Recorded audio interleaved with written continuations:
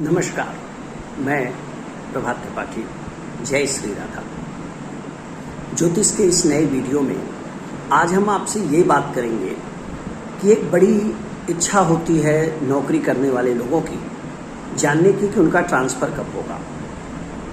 Promotion के साथ होगा, आर्थिक लाभ के साथ होगा, उनके मन के अनुकूल होगा या प्रतिकूल होगा, नज़दीक होगा, दूर होगा, किस दिशा में होगा।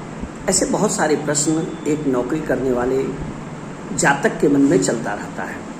आइए कुछ मुख्य संकेत हम इसके संबंध में आपको देते हैं। आप अपनी कुंडली उठा के देखिए। अगर आपकी कुंडली के पहले खाने में जो सबसे ऊपर है, अगर 4 और 6 लिखा है, तो ये मान के चलिए जुलाई के इस माह में सूर्य और मंगल 16 जुलाई को और 28 जुलाई को कर्क लग्न और कन्या लग्न में गोचर करने वाले हैं, आने वाले हैं। इसका मतलब जब सूर्य और मंगल जो है पहले घर या 10वें घर में गोचर करते हैं तो आपके ट्रांसफ़र का चांस बनता है। एक तो ये विषय है कि गोचर से आप सूर्य मंगल, कभी कभी बृहस्पति का भी गोचर जब 10वें भाव पे होता है तो वो भी स्थानांतरण आपका करा देता है। तो ये तो गोचर से हुआ। अच्छा, कुछ दशा और अंतर दशा से भी समझते हैं। मान लीजिए चौथा घर जो है भाव होता है वो आपके घर का होता है।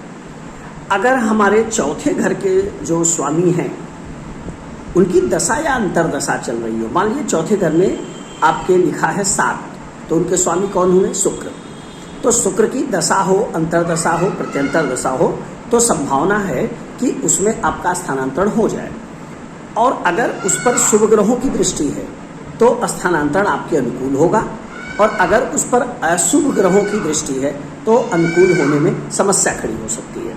यानी सबसे पहला बिंदु यह है कि चौथे घर का जो मालिक है, जो भावेश है, जो उस भाव का मालिक है, उसकी दशा और अंतरदशा मायने रखती है। हालांकि अगर हम ये जानना चाहते हैं कि हमारा पदोन्नति के साथ होगा, आर्थिक लाभ भी होगा, तो पदोन्नति के लिए 7वां घर जिम्मेदार है। अगर 7वां घर वहाँ लिंक हो रहा है चौथे घर से तो पदोन्नति के साथ होगा। अगर दूसरा घर और 11वां घर, दूसरा घर धन लाभ का होता है और 11वां घर इच्छा पूर्ति का होता है, तो वो दोनों भी अगर एक्टिव हैं साथ में चौथे घर के, तो आप ये मान के चलिए कि धन के लाभ के साथ यानी इंक्रीमेंट लग सकता है, वेतन वृद्धि हो सकती है, उसके साथ आपका स्थानांतरण हो। अब हम अगर और बात करते हैं कि मान लीजिए साथ ही साथ जो लग्न है पहला घर और जो 10वां घर है या कोई उच्च घर जो है ग्रह है आपकी कुंडली में, उनकी दशा और अंतरदशा में भी आपकी नौकरी में स्थानांतरण हो सकता है। अच्छा, अगर मान लीजिए 12वां घर जो कि दूर यात्रा का घर है, अगर उसकी अंतरदशा चल रही है तो कई बार लग्न और 12वें घर की दशा अंतरदशा में भी स्थानांतरण होता है। लेकिन तय मान के चलिएगा अगर 12वां घर एक्टिव है तो आपका जो स्थानांतरण होगा वो दूर होगा। अर्थात हम ये निष्कर्ष निकाल सकते हैं कि चौथा घर जो कि आपका घर है, 10वां कर्म का घर होता है और 12वां जो है यात्रा का घर होता है, 7वां आपके जो पदोन्नति के लिए जिम्मेदार होता है, दूसरा धन के लिए जिम्मेदार होता है, 11वां इच्छा पूर्ति के लिए जिम्मेदार होता है। यानी हमने 2 सूत्र बताया कि अगर आपके 10वें घर और चौथे घर के मालिक की दशा और अंतरदशा चल रही है तो संभव है कि आपका स्थानांतरण हो जाए। अगर आप कर्क लग्न के हैं यानी पहले भाव में 4 लिखा हुआ है, या कन्या लग्न के हैं आपके पहले भाव में 6 लिखा हुआ है, तो जुलाई में सूर्य और मंगल दोनों जो है क्रमशः आपके सूर्य जो है कर्क लग्न में आने जा रहा है और जो है मंगल वो कन्या लग्न में आने जा रहा है। तो जुलाई में 16 जुलाई को आपके सूर्य का शिफ्टिंग है और 28 जुलाई को मंगल का है। तो इसमें भी आपकी दशा जो है स्थानांतरण की बनती है।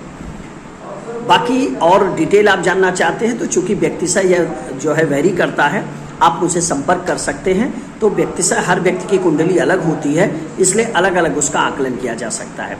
उम्मीद है बड़े आसानी से मैंने समझाने का प्रयास किया है। पूर्णतया इसको समझने के लिए आप मुझे व्यक्तिगत संपर्क कर सकते हैं।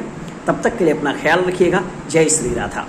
हाँ, चैनल को लाइक और सब्सक्राइब कर लीजिए जिससे ज्योतिष के महत्वपूर्ण बिंदु आपको मिलते रहें। धन्यवाद।